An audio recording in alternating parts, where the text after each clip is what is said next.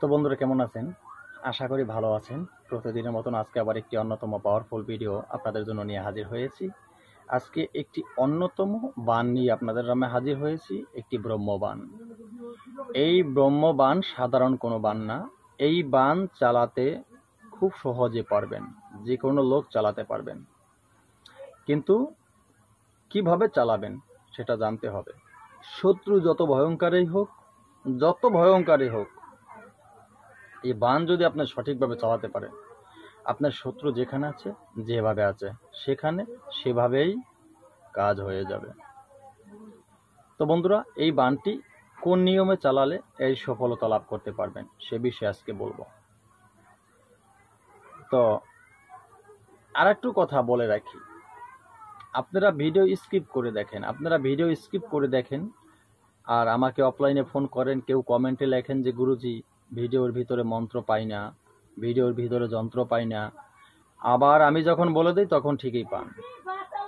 কেন আপনারা স্কিপ করেন? ভিডিও স্কিপ করবেন না। আমি তো আপনাদেরকে বলে দিই, ভিডিওর ভিতরে আমি মন্ত্র দিয়ে দেই, ভিডিওর ভিতরে যন্ত্র দিয়ে দেই।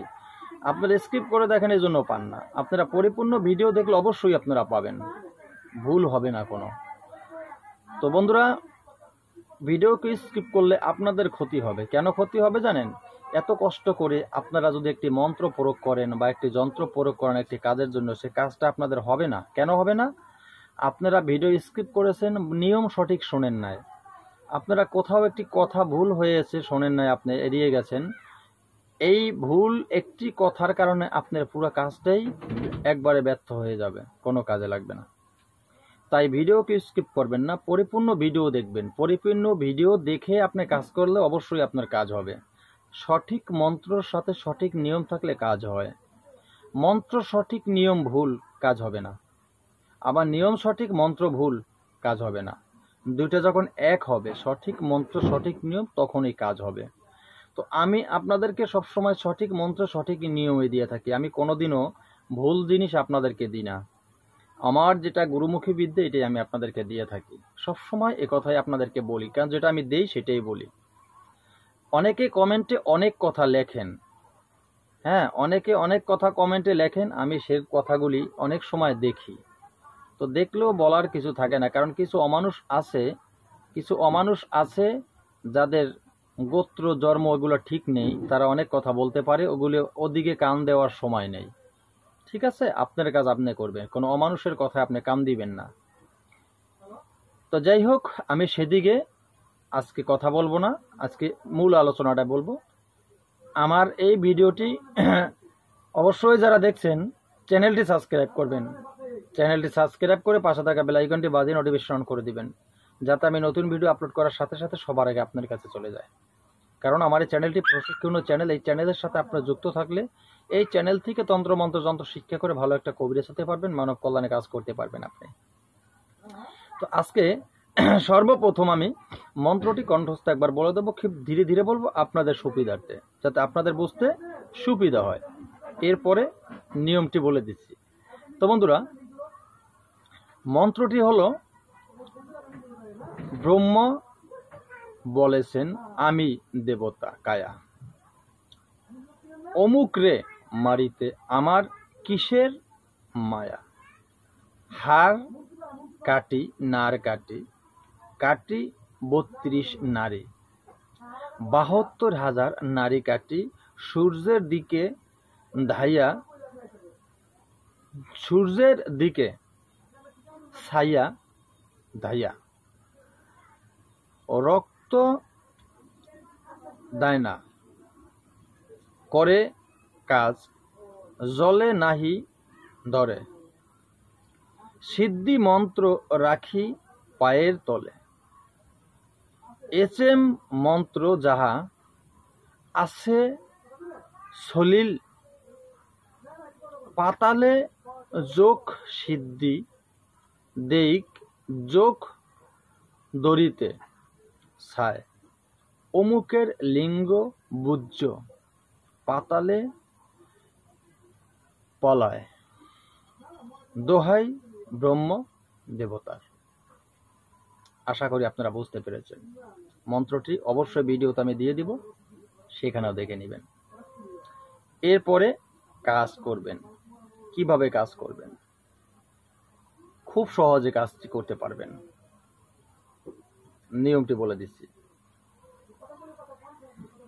এই মন্ত্রটি আপনারা প্রয়োগ করতে হলে একটি জিনিস সর্বপ্রথম জোগাড় করতে হবে, সেটা হলো আরজিনা। আরজিনা যারা চিনেন না, গুগলে লিখে সার্চ দিলে আপনারা দেখতে পাবেন আরজিনা কিরকম দেখতে। আরজিনা ছোট ছোট গুইসাপের মতো দেখবেন। গ্রামগঞ্জে যারা থাকেন, ঘরের এখানে সেখানে বাইরের সাইড পাইড দিয়ে অনেক দৌড়াদৌড়ি করে, এগুলো আরজিনা বলা হয়। ঠিক আছে, এই আরজিনা এগুলো ধরবেন খুব সতর্কভাবে, কিন্তু কামড় মারে। ঠিক আছে, আরজিনা ধরবেন। আরজিনা যে কোনো ভাবে আপনি ধরে এই আপনি সংগ্রহ করবেন কালো রঙের চাল, যেটাকে মরা চাল বলে গ্রামে। মরা চাল, চালের ভিতরে মরা চাল থাকে, যার রং থাকে কালো। সেই কালো রঙের চাল সংগ্রহ করবেন 5 পিস। এই 5 পিস কালো রঙের চাল সংগ্রহ করবেন। সংগ্রহ করে যে মন্ত্রটি আপনাদেরকে দিয়েছি, এই মন্ত্রটি দ্বারা ওই চাল 5টা 7 বার অভিমন্ত্রিত করবেন। 7 বার অভিমন্ত্রিত করা যখন হয়ে যাবে, এরপর এই 5টি চাল আপনি কোথায় রাখবেন? কি করবেন? এই 5টি চাল আপনি যে আরজিনাটি ধরেছেন, সে আরজিনাকে খাইয়ে দিবেন। ঠিক আছে, এই আরজিনার পেটের ভিতরে দিয়ে দিবেন, খাইয়ে দিবেন। হা করিয়ে আপনি কোনো হাত দিয়া এটার ভিতরে ভরবেন না, কামড় দিতে পারে। যে কোনোভাবে কোনো একটি কঞ্চি দিয়ে তা আস্তে আস্তে তার মুখের ভিতরে দিয়ে দিবেন এই চাল, 5টি চাল।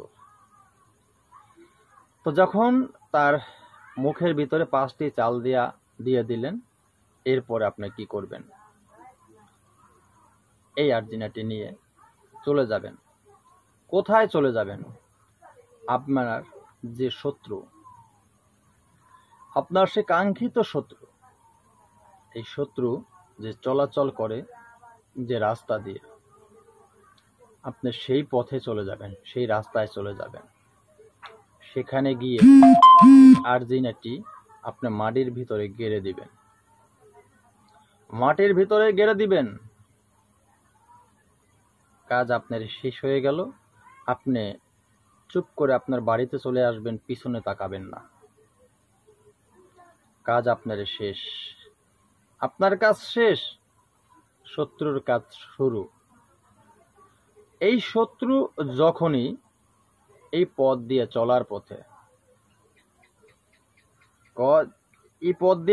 পথে, এই যেখানে আপনি গেড়ে দিয়েছেন, সেই মাটির উপরে পা শত্রুর স্পর্শ হবে, পা পড়ুক বা তার উপর দিয়ে ডিঙিয়ে যাক, সাথে সাথে কাজ হয়ে যাবে। আপনি কেমনে বুঝতে পারবেন? যখনই সে এভাবে যাবে, এরপরেই দেখবেন সে আর সুস্থ নেই, অসুস্থ হয়ে পড়েছে, অস্থির হয়ে পড়েছে, হয়তো কোনো মেডিকেলে আছে, নয়তো মৃত্যুর সাথে পাঞ্জা লড়ছে তার বাড়িতে বসে। এক সময় এভাবে কাতরাতে কাতরাতে সে থাকবে না। অবহিত কাজে নিষেধ এই কাজগুলি। অবহিত কাজে কেউ প্রয়োগ করবেন না। সঠিক নিয়ম বলে দিলাম, সঠিক মন্ত্র বলে দিলাম। অবহিত কাজে কেউ বারবার বলি প্রয়োগ করবেন না। অবহিত কাজে প্রয়োগ করলে নিজে বিপদে পড়ে যাবেন। এইটাই যে বিপরীত হবে। কথা বাড়াবো না, আজকের মতো ভিডিও এখানে শেষ করব। নতুন ভিডিও নিয়ে আসার আগ পর্যন্ত সকলে ভালো থাকবেন। আল্লাহ হাফিজ।